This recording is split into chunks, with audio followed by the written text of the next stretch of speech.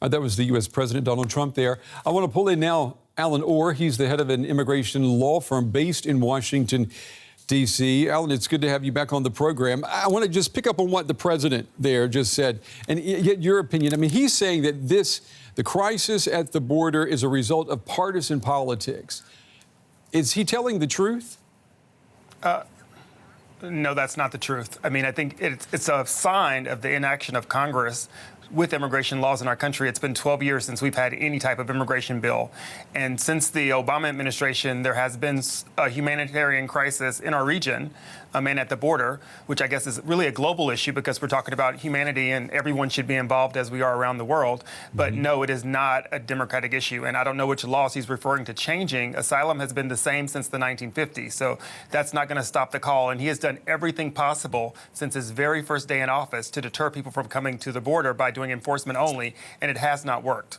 I want to ask you about the story surrounding that tragic picture that the world has been talking about, the father and the daughter from El Salvador who drowned in the Rio Grande trying to reach the United States. We have been told that they were told that the bridge to cross over was closed, and therefore the only way they could get to the U.S. And to apply for asylum would be to swim across the river. How frequently are people turning away from official channels and trying to reach asylum in the U.S.? Very often. One of the new things of this administration has been metering, which means they only allow people to come through the port of entries at certain times and so many a day, which may cause families to remain in Mexico for a long period of time, which could be problematic for those families, so they decide to do other things to try to get into the United States. And it fails me to understand how a wall is going to fix that problem and sort of address the issues of sort of closed down borders, right? There should be some kind of metrics or some kind of ability to triage individuals to make sure that if they're applying for asylum, which is a legal method to the United States, we're able to get to them in a timely fashion.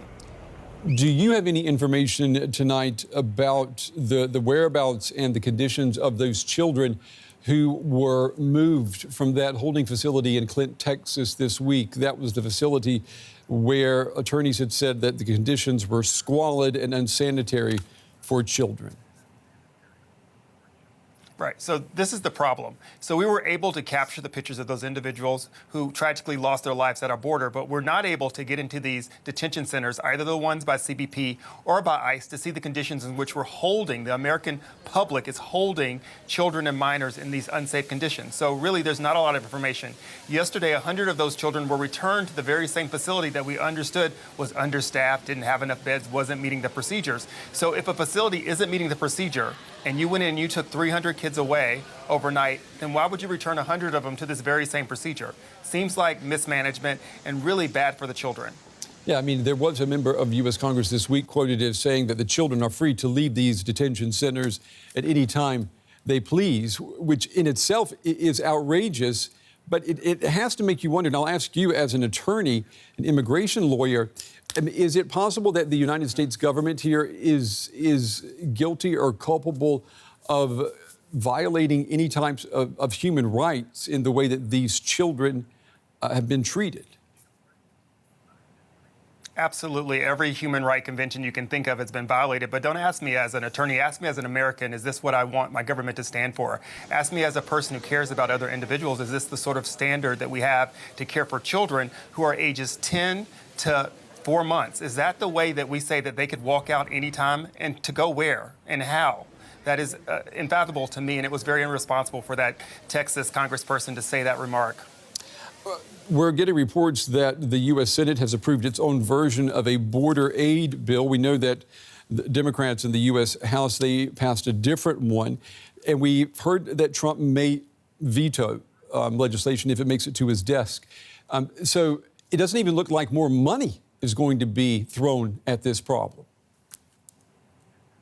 Okay, so let's start with that consideration, because I think when we start talking about humanity and the United States, money has never been an issue for us for any of these other concerns. Just 2 months ago, the government allocated $1 million from our military budget to go to building this wall, and we continue to work on building the wall. So if money was an issue, and we care about humanity and life because we're very pro-life here, then why are we not addressing these concerns at these manageable facilities? Furthermore, it isn't as if these kids just appeared overnight. This has been a building problem since the very first day this administration started, and now they just want to make a rapid address of the issue, make claims that you could change the law in 2 weeks and fix everything. That's very problematic. And actually, it is a call for the international community to step in and say, you're constantly going around the world shouting these principles from your Constitution, but what are you doing at home?